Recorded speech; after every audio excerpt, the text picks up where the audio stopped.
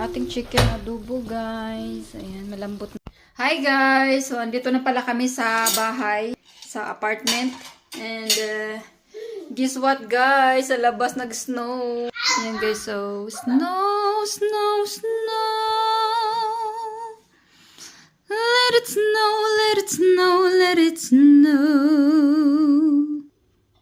Sana kumapal siya, guys, para lalabas kami, maglalaro kami sa labas. Yan. Kasi dito sa capital ng Romania, guys, sa city talaga is bihira lang talaga dito mag-snow ng makapal. Kasi last time nang nag-snow doon kami sa aking biyanan nung Pasko or after ng ano ata yun, Pasko. Yun, kaya nakapaglaro kami ng Bibi Mati. So dito naman sa apartment is kailangan pa naming bumaba para maglaro. What? Wow, snow. Oh. Yan, yan yung flex. Flex niya, guys. So, yan.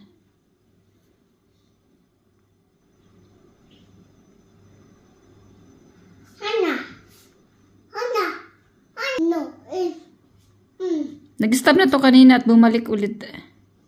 Oh, look at that! Hi, come to mommy!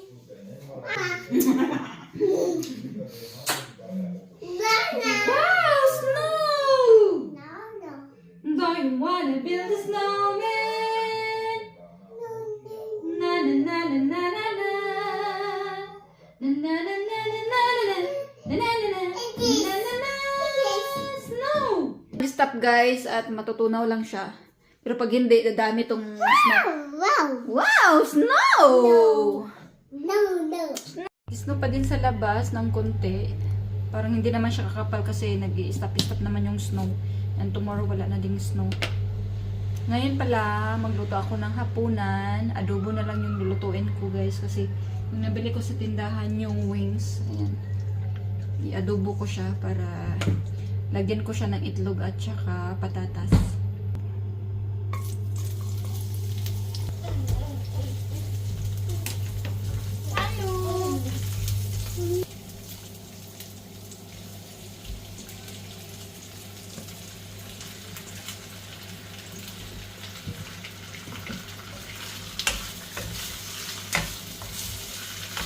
Nas?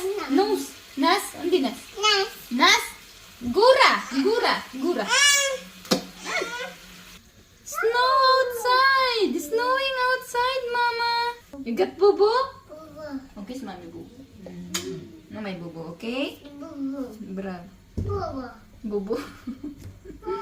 Untog ka na dyan. Lapit na magluto, guys, ang ating adobo.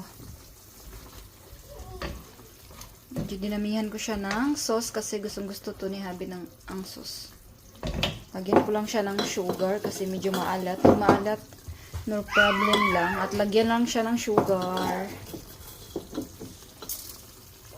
This is my way of cooking chicken adobo. Itong patas.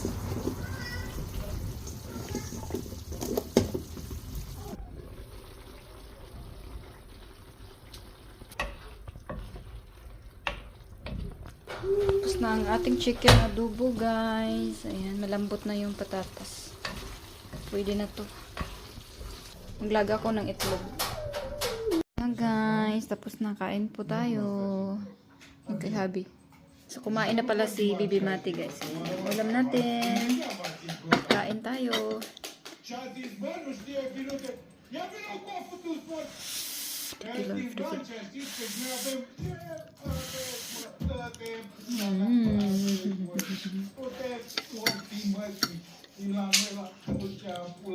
Sakto lang yung timpla, guys, kasi nilagyan ko siya ng sugar.